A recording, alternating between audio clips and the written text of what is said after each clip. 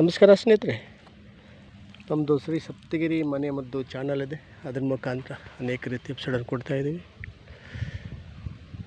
ಸ್ನೇಹಿತರೆ, ಪ್ರಕೃತಿಯಲ್ಲಿ ಎಲ್ಲ ರೀತಿಯ ಹಣ್ಣು ಹಂಪಲು ಬಳ್ಳಿ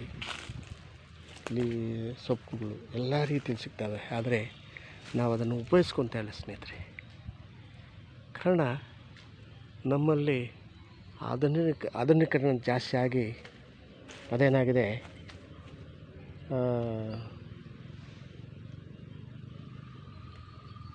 ಜಾಸ್ತಿಯಾಗಿ ನಾವು ಅದನ್ನು ಟ್ಯಾಬ್ಲೆಟ್ ಮೊರೆ ಇದೆಲ್ಲ ಹೋಗಿ ನಾವು ಅನೇಕ ರೀತಿಯ ಕಾಯಿಲೆಗಳು ತರಿಸ್ಕೊತಾ ಇದ್ದೀವಿ.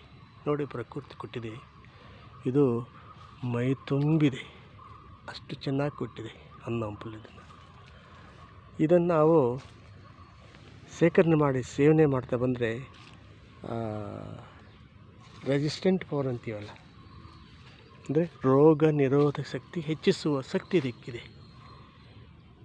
ಇದರ ಒಂದು ಕಾಯಿ ಹುಳಿ ಮತ್ತು ಸಿಹಿ ಎಲ್ಲ ಇರ್ತದೆ. ಕಾಯಿ ಮತ್ತು ಹಣ್ಣು ಎಲ್ಲ ಇದೆ. ಹಣ್ಣು ಮಾತ್ರ ಸೇವನೆ ಮಾಡ್ಬೋದು.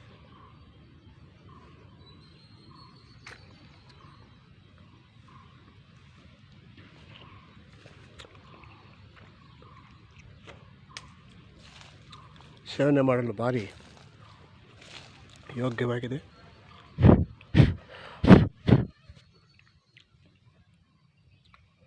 ಈ ಹಣ್ಣುಗಳ ಸೇವನೆ ಮಾಡೋದ್ರಿಂದ ನ್ಯಾಚುರಲ್, ಯಾವುದೇ ರಾಸಾಯನಿಕ ಕೀಟನಾಶಕಗಳು ಯಾವುದೂ ಹಾಕಿಲ್ಲ. ಇದಕ್ಕೆ ಸ್ವತಂತ್ರವಾಗಿ ತನ್ನ ಸ್ಥಾನ ಬೆಳ್ಕೊಂಡು ಅದು ಆ ಒಂದು ಹಣ್ಣುಗಳು ಕೊಟ್ಟಿದೆ ಸ್ನೇಹಿತರೆ.